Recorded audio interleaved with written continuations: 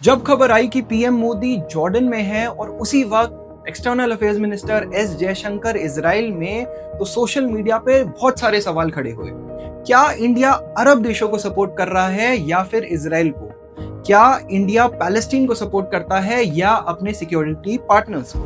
तो इसी सवाल का जवाब देने से पहले हम जानते हैं कि वेस्ट एशिया रीजन, जहां पे ये दोनों देश पड़ते हैं, उसकी क्या अहमियत है भारत के लिए।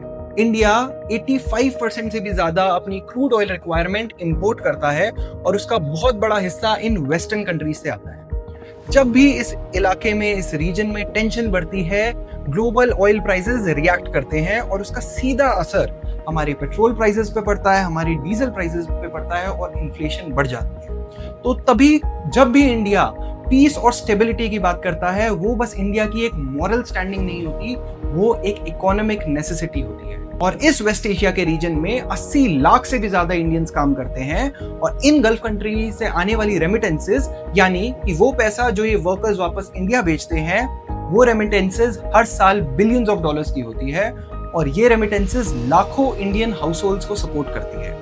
और कभी भी इस एरिया में अगर कन्फ्लिक्ट होता है तो सबसे पहले ये लोग रिस्क में आते हैं। इनकी जॉब्स, इनकी सेफ्टी और इनका इवैक्यूएशन बहुत बड़ा प्रॉब्लम बन जाती है इंडियन गवर्नमेंट के लिए। इंडिया ने यमन, इराक और लिबिया जैसे क्राइसिस के दौरान देखा है कि ग्राउंड लेवल कोऑपरेशन कितनी इंपॉर्टेंट है। इसीलिए इंडिया के लिए बहुत इंपॉर्टेंट है, बहुत जरूरी है कि हर एक मेजर प्लेयर इस रीजन के साथ कोऑपरेशन बनी रहे और बातचीत चलती रहे। और अब जॉर्डन की बात करें तो जॉर्डन इस रीजन का बहुत इंपॉर्टेंट प्लेयर है।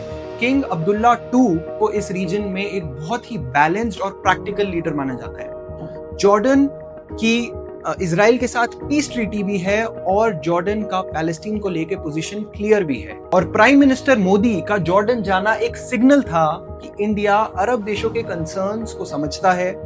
इंडिया पैलेस्टीन में हो रही सिविलियन सफरिंग को लाइटली नहीं लेता और यही चाहता है कि इस रीजन में सिचुएशन और ज्यादा अनस्टेबल ना हो। और इसी दौरान external affairs minister S Jaishankar Israel में थे और वहां मैसेज ज्यादा डायरेक्ट था। इंडिया ने क्लियर किया कि इंडिया के लिए टेररिज्म टोटली अनएक्सेप्टेबल है और इजराइल के साथ डिफेंस और सिक्योरिटी कोऑपरेशन इंडिया के लिए स्ट्रैटेजिक इंपॉर्टेंस रखता है। Missile defence, cyber security, drone technology और सर्वेलेंस सिस्टम में इंडिया और इजराइल की पार्टनरशिप बहुत गहरी है। तो यहाँ एक नेचुरल सा सवाल उठता है कि जॉर्डन जाके पीस और स्टेबिलिटी की बात करना, अमन और शांति की बात करना और उसी समय इजराइल जाके सिक्योरिटी की बात करना, ड्रोन्स, मिसाइल टेक्नोलॉजी की बात करना, क्या ये एक दूसरे के अगेंस्ट है? सिंपल जवाब है कि नहीं। भारत ने वही बात दोबारा करी जो सालों से करता आ रहा है। टेररिज्म के खिलाफ स्टैंड, डायलॉग और डीएस्केलेशन का सपोर्ट और सिविलियंस के लिए कंसर्न। मैसेज नया नहीं था पर टाइमिंग इंपॉर्टेंट थी। और भारत के इस अप्रोच के पीछे एक डोमेस्टिक एंगल भी है। इंडिया के अंदर गाजा को लेकर इमोशन स्ट्रांग है पर साथ ही साथ इजराइल के डिफेंस कोऑपरेशन के लिए सब सहमत भी है। तो भारत सरकार को ये दोनों रियलिटी साथ लेकर चलनी होती है।